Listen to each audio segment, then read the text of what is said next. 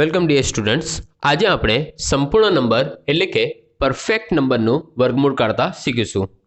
હવે આપણને સૌથી પહેલા બને ત્યાં સુધી 1 થી 25 સુધીના વર્ગમૂળ પરફેક્ટ હોવા જોઈએ। હું અહીંયા 1 થી 10 વર્ગમૂળ લખ્યા છે અને એના વર્ગ લખ્યા છે। હવે સૌથી પહેલા આપણે સંપૂર્ણ નંબર એટલે કે પરફેક્ટ નંબર એટલે શું?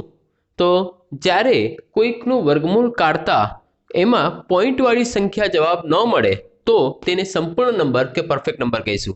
હવે એ આપણને કઈ રીતે બનશે?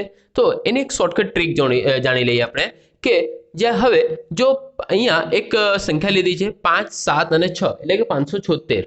હવે આનો આપણે અંકોનો સરવાળો કરીશું અને જો અંકોનો સરવાળાનો જવાબ 1, 4, 7 કે 9 મળે તો તે સંપૂર્ણ નંબર કહેવાશે।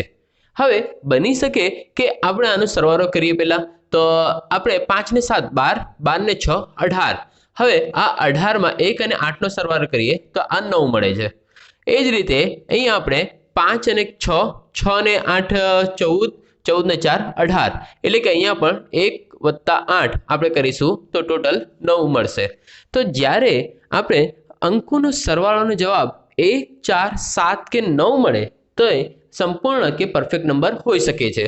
તો આપણે સંપૂર્ણ કે પરફેક્ટ નંબર છે તો હવે આનો આપણે જવાબ કઈ રીતે લાવીશું? તો સૌથી પહેલા હું આ સંખ્યા લઉં,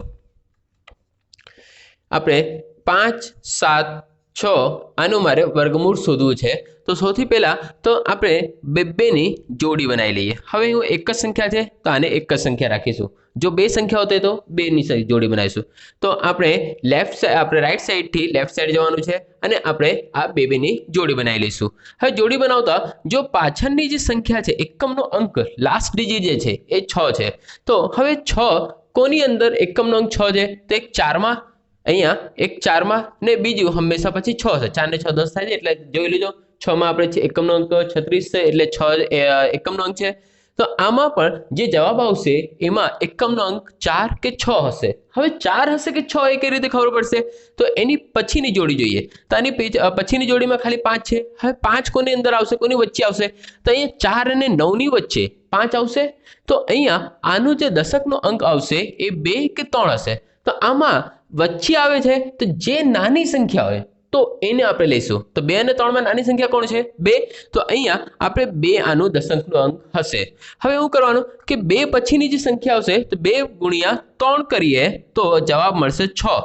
જો આ સંખ્યા કરતા આ જે આપણે જે જોડ હતી એ આના કરતા નાની હોય, આ મોટી છે ને અહીંયા નાની છે, તો હંમેશા આપણે નાની સંખ્યાનો એકમનો અંક રહેશે।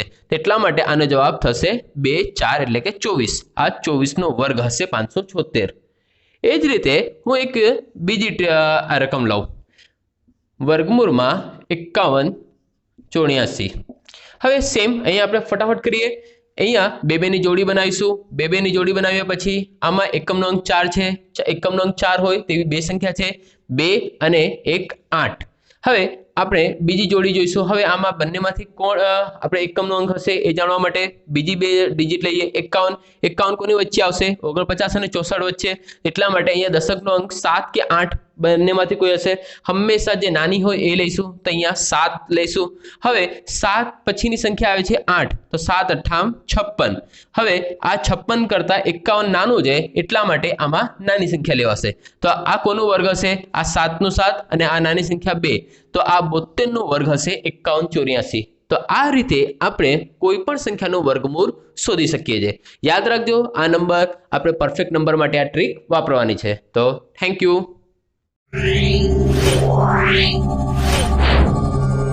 Yeah.